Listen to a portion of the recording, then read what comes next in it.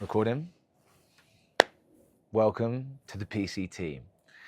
This is day 8 and we're starting at some lovely creek somewhere because we don't care about the miles. But we know that we're heading to Warner Springs, and on the way to Warner Springs is Eagle Rock. And we've got a bit of a tingling in our feet because the land has started to sing to us in a way that we hadn't expected. As I kind of mentioned yesterday, we started going to these golden fields and this section started to feel like one of the more beautiful bits. So we wake up in this Oak Creek and we've actually got frost on our sleeping bags. We understood when we went to sleep that we were close to a water source, and typically when you sleep closer to water, there's more moisture, and when you sleep higher elevations, there's less moisture. So when we woke up, we had some frost on our sleeping bags, and this kind of meant that we had to thaw out our gear. All our bottles, all our bags had frost on it.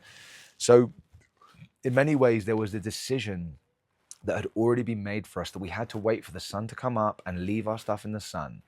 And that natural slowing down really resonated with me on this day 8, where I'd been trying to find my rhythm of waking up and doing what you do, but there's no doing what you do. Every day is a new day and you have to work accordingly. So we're now forced to wait for the sun to come up. I'm already cold anyway, so when the sun starts emerging, we drag our stuff to where the sun is coming in our area, and we just take the time. I stretch a little bit, people are cooking, there's 4 of us here, and we're just having fun, laughing at jokes. And this felt like a natural rhythm was really coming to me, and that was a real blessing. I really enjoyed that. So we start packing up, all the gear's dry. The other thing is you don't want to pack a wet sleeping bag because that will just, the moisture just starts spreading. No, you just don't want that. So we had to do it. We pack up, we start heading out, and as soon as we start gaining a little bit of elevation out of this creek, sure enough, those golden fields start to emerge again. And it's about 1-2 miles of just walking through this vast expanse of an early morning sun, the golden grass blowing. It feels like a Western, but it feels oddly secure and safe. And as I mentioned, Eagle Rock was around the corner and we could see where it was coming, and we took the diversion to go to it. And one of the things that Skidoo and I anyway had been talking about is how the land had started to kind of sing to us. We both seem very in tune with our passion and connection to the land, much like peoples who've been on it for centuries before us. And we come up to Eagle Rock and I mean, yeah, it looks like an eagle, but it just feels like more. And we had a little safety meeting and eventually got on, and then it was just me and Ashley. So me and Ashley are walking and we're wondering where Skidoo is, and I guess he's taking his time. Sometimes Skidoo needs his time to take in the land around him. So me and Ash kind of connecting, finding out a little bit more of each other as well. And we get to a nice little Oak Creek eventually through the golden fields, and Skidoo eventually catches up with us. And actually some pretty good trail knowledge. Skidoo's like, guys, I just got to let you know, I was just dealing with something back there. I had the little bit of an itch appearing in kind of a downstairs area to do with how we go toilet, and I just had to get on top of it. And I was like, is that monkey butt?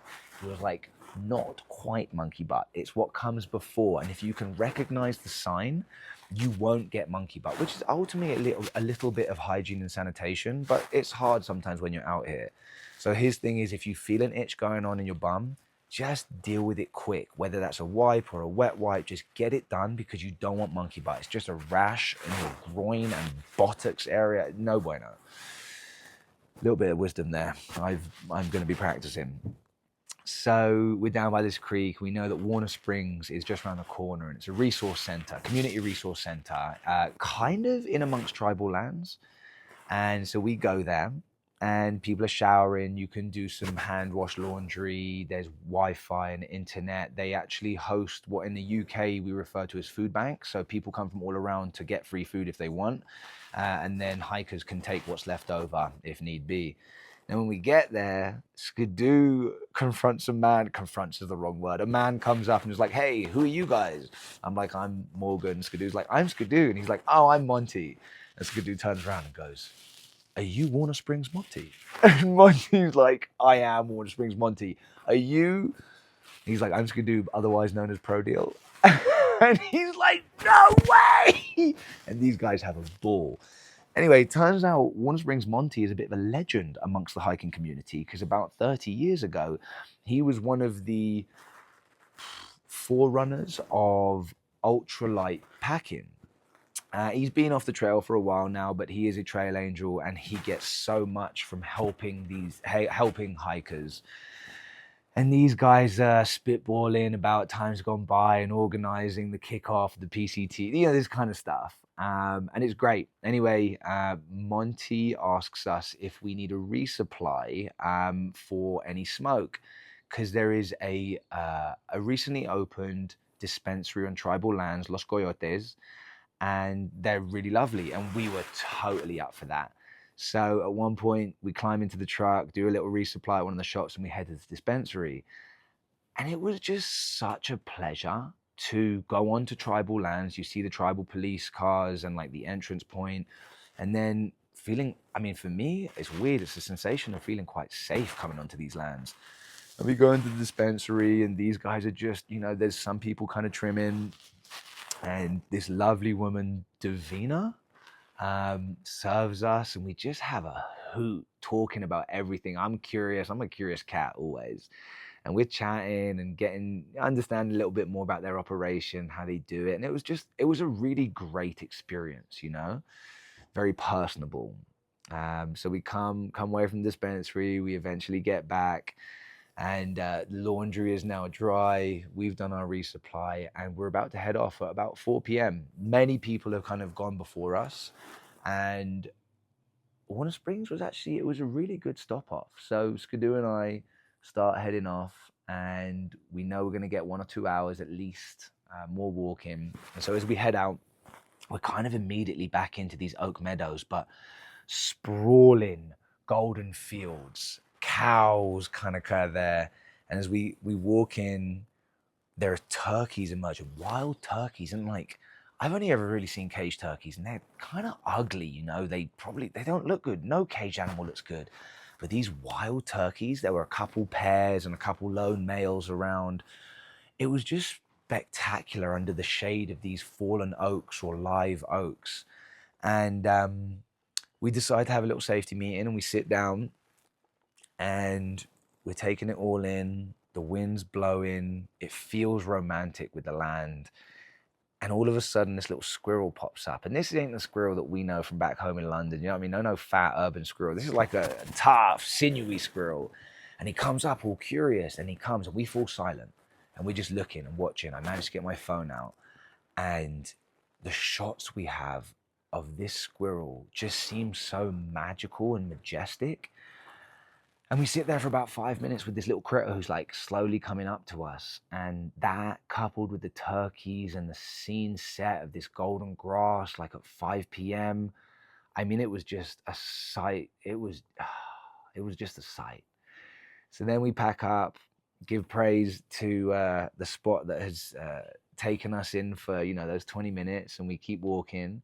We then make a decision before it turns back into mountain and chaparral. We come out these beautiful campsites, and we decide to have dinner there. So we cook up a quick dinner, laugh and joke, spirits still high, and then we take off for a walk that will ultimately take us into sunset. And we're walking up the mountain. We know there's a tent site about a mile up, and as we walk into the sunset, we eventually reach the crest of the saddle, and we turn around, and we've got the silhouette of the mountains behind us that we'd done 1 or 2 days beforehand. And you've got the silhouette of the pines just on the horizon of the mountain. And you can understand that at that elevation, those pines, that's where they thrive. And as we kind of take that in, the really deep black silhouette, but the color gradation of that kind of white setting sun to like purple. And all of a sudden, the sun's poking out through the back of these mountains, where we can start to see the shapes and the gullies of the other mountains that weren't visible before that sunset. And we just kind of stood up there for 20 minutes, 30 minutes, watching this going down. And it was spectacular, the emergence of all the other shapes with a change in the light. And Yeah, we had maybe half an hour of walking before we got to the crest, the saddle of the mountain, found this beautiful campsite, and just watched those blues turned into lilacs, turned into purples, turned into blackness.